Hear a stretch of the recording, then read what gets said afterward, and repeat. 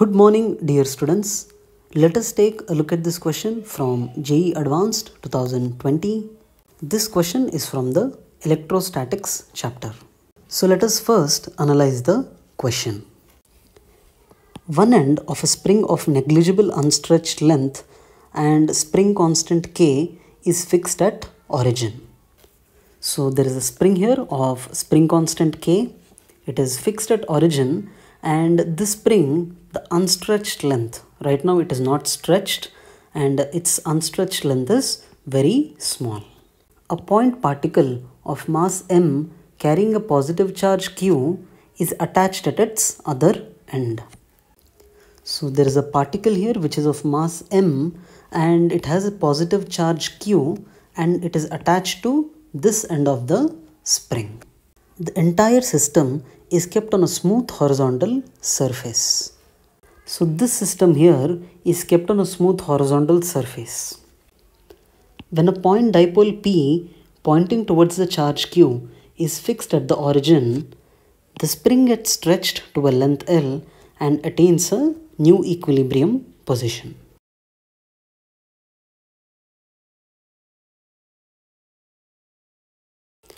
So this is a water molecule here and its dipole moment is in this direction and the dipole moment of this is P bar.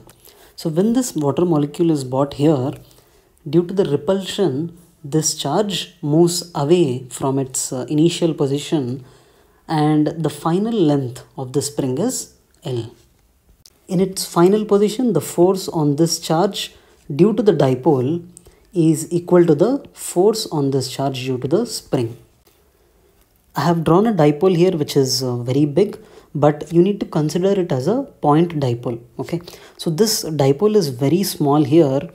So for visualization purpose, I have drawn it a little big.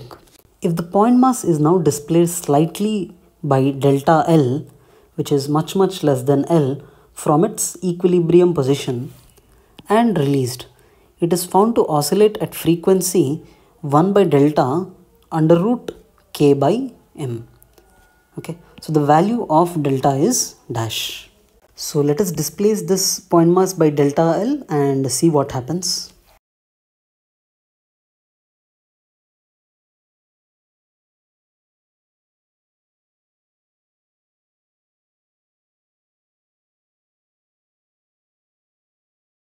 So we see that when this point mass is displaced by delta L, it oscillates about its equilibrium position.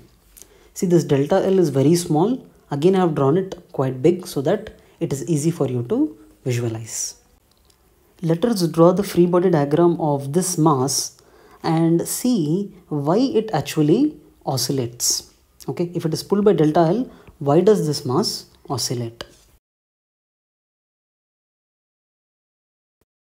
So let us analyze the free body diagram of the oscillating mass.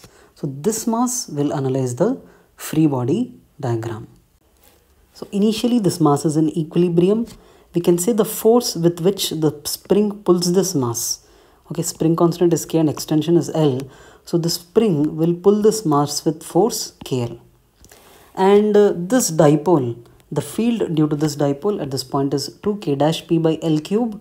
And the force on this charge will be field times the charge. So 2K dash P by L cube times Q. Okay, I have taken this as K dash where K dash is 1 by 4 pi epsilon naught. Again, if you write this as K, we might get confused with this K.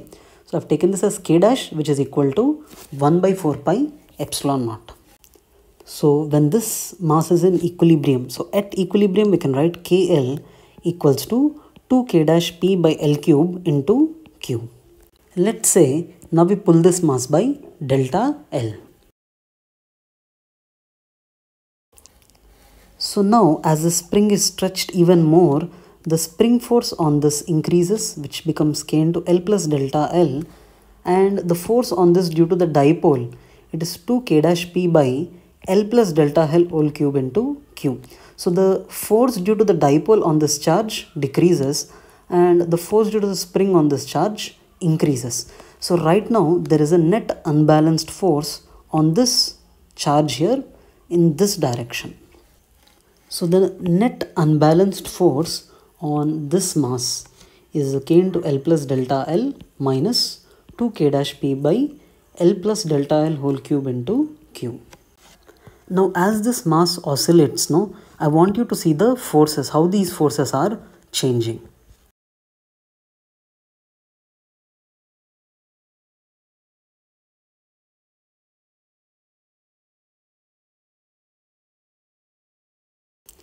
So as the particle is coming towards equilibrium position, these both forces are becoming equal.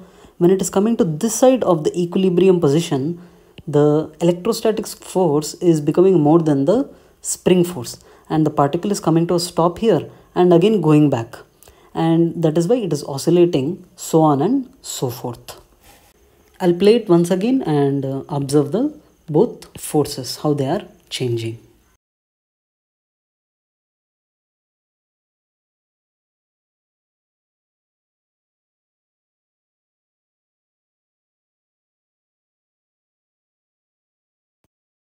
Let us now move on to calculating the frequency of oscillation. So we have already seen that this is the unbalanced force. So if we expand this, we get KL plus K delta L minus, see here, in the denominator I'm taking L cube common. So I'll get this as L cube times 1 plus delta L by L the whole cube. In the next step here, so I'm continuing from here to here. In the next step, what I'm doing is I'm taking this 1 plus delta L by L whole cube to the numerator.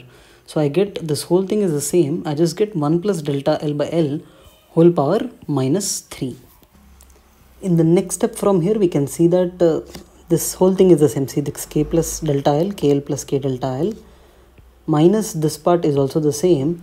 1 plus delta L by L whole power minus 3. I'm writing it as 1 minus 3 delta L by L. Okay, because this delta L by L is very small quantity, I can write this as 1 minus 3 delta L by L. You would have studied this in binomial expansion. In the next step, I'm just multiplying this term with this term. So it is KL plus K delta L minus 2k dash pq by L cube. So plus 2k dash pq by L cube into 3 delta L by L. When this particle was in equilibrium position, we had seen KL was equal to 2k dash pq by L cube. So I'm cancelling out these both terms. In the next step, I'm writing K delta L as K delta L here and 2k dash pq by L cube. See this term, we know that this term is equal to KL. So in place of this, I'm writing KL. So I'll get KL times 3 delta L by L. So we can see here that the net force is 4k times the delta L, where delta L was the extension in the spring from equilibrium position.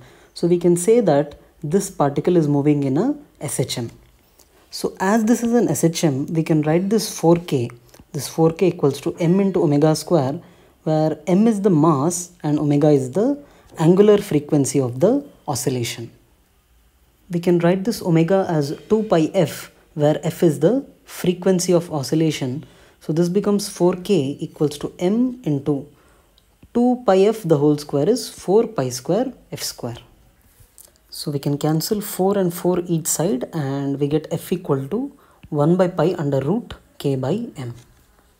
So in the question he had asked f equal to 1 by delta root k by m. So we needed to find the value of this delta. So this delta equal to pi, which is equal to 3.14. So the answer to this question is delta equals to 3.14.